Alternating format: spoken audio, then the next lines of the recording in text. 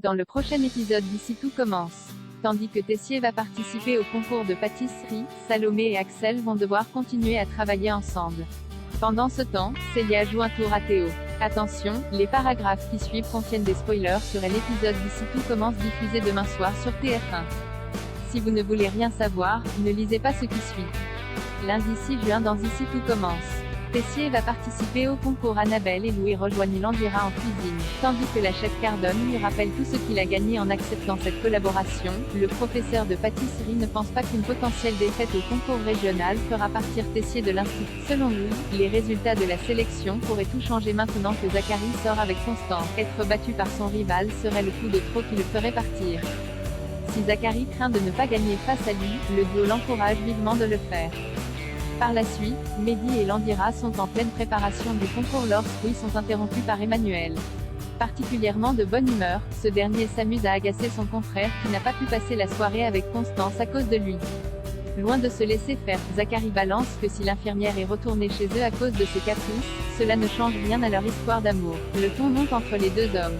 Landira provoque Tessier en évoquant ses derniers dérapages en masterclass puis lui fait savoir qu'avec ses derniers résultats, il ne serait même pas capable d'être dans le classement du concours régional. À l'arrivée de Constance, le directeur part furieux. Sans attendre, Constance demande des explications à Zachary sur cette histoire de duel. Landira finit par lui avouer qu'il a mis au défi Emmanuel de participer au concours régional. La chef Cardone les interrompt et souhaite voir Landira au sujet de sa convocation. Ce dernier lui apprend qu'il ne participera pas au concours. Mais Annabelle sait pertinemment qu'en touchant à son orgueil, le tour sera joué. De leur côté, Enzo et Mehdi préparent les ingrédients pour la masterclass tout en se plaignant de la qualité d'enseignement d'Emmanuel. En les entendant parler, Louis leur apprend que le directeur s'est écrasé face à Zachary. Selon lui, Tessier a refusé de se présenter au régional par peur d'échouer. Plus tard, la chef Cardone interrompt Tessier pendant sa masterclass car elle souhaite rester pour l'observer un peu. Comme la discussion dérive sur les sélections, Enzo en profite pour demander à son professeur pourquoi il n'y participe pas. Ce dernier rétorque qu'il n'a plus rien à prouver. Annabelle saisit cette occasion pour le provoquer en lui disant que ses élèves pensent qu'il a peur de se confronter à Zachary. Elle continue de lui démontrer à quel point il est devenu pathétique, laissant Emmanuel pensif. Soucieux, Emmanuel demande à Théo s'il a entendu des bruits de couloir au sujet des sélections. S'il sait ce que cherche à prouver Landira, le directeur peine en revanche à comprendre pourquoi Annabelle le pousse également à participer au concours. Tessier en vient à se demander si les deux ne sont pas de mèche et commence finalement à envisager de participer au concours. En arrivant chez lui, Tessier fait face à Constance et ses enfants qui s'inquiètent pour lui concernant sa potentielle participation au régional. Bien qu'il n'ait pas encore pris sa décision, Emmanuel avoue qu'il y réfléchit sérieusement.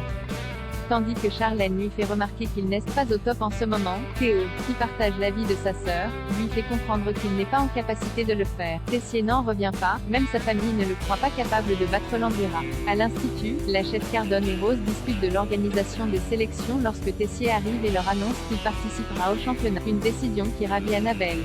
Salomé et Axel vont continuer à travailler ensemble à la prod de son prochain cours avec Salomé. Axel partage ses craintes à Greg et Jasmine. Tandis que le fils de Lobel pense que sa nouvelle professeure lui fait payer d'avoir choisi Jasmine, Axel croit qu'il se trompe totalement. Jasmine, quant à elle, se réjouit de la situation entre son copain et Salomé. Il ne peut plus se la voir et c'est tant mieux.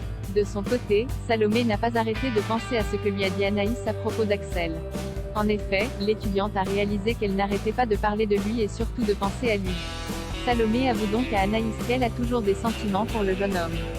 En étant trop agressive avec lui, Salomé réalise qu'elle a poussé Axel dans les bras de Jasmine. Sa meilleure amie essaie de la rassurer. Tout peut encore changer. Salomé se rend ensuite dans le bureau du proviseur et lui explique qu'elle ne peut plus être la professeure d'Axel à cause de son emploi du temps. Si Antoine ne comprend pas que la jeune femme ait accepté cette proposition si elle savait que cela serait impossible, Axel est quant à lui étonné que sa camarade ne l'ait pas prévenu de sa décision avant ce rendez-vous. L'étudiante tente de se justifier mais Axel sait bien qu'elle a fait ce choix à cause de leur histoire. Fatigué par leur dispute, le proviseur les enjoint à trouver une solution pour continuer l'enseignement ensemble.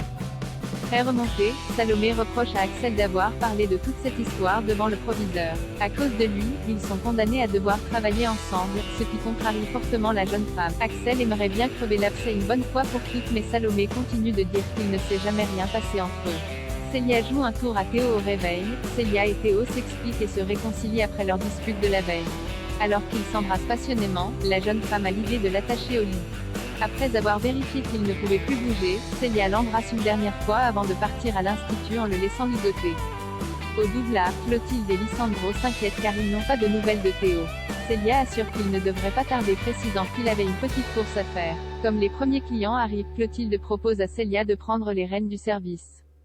Ce qu'elle accepte avec grand plaisir.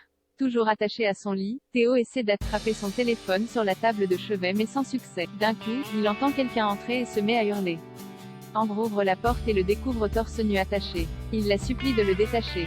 Amusée, l'étudiante le prend en photo avant de lui venir en aide.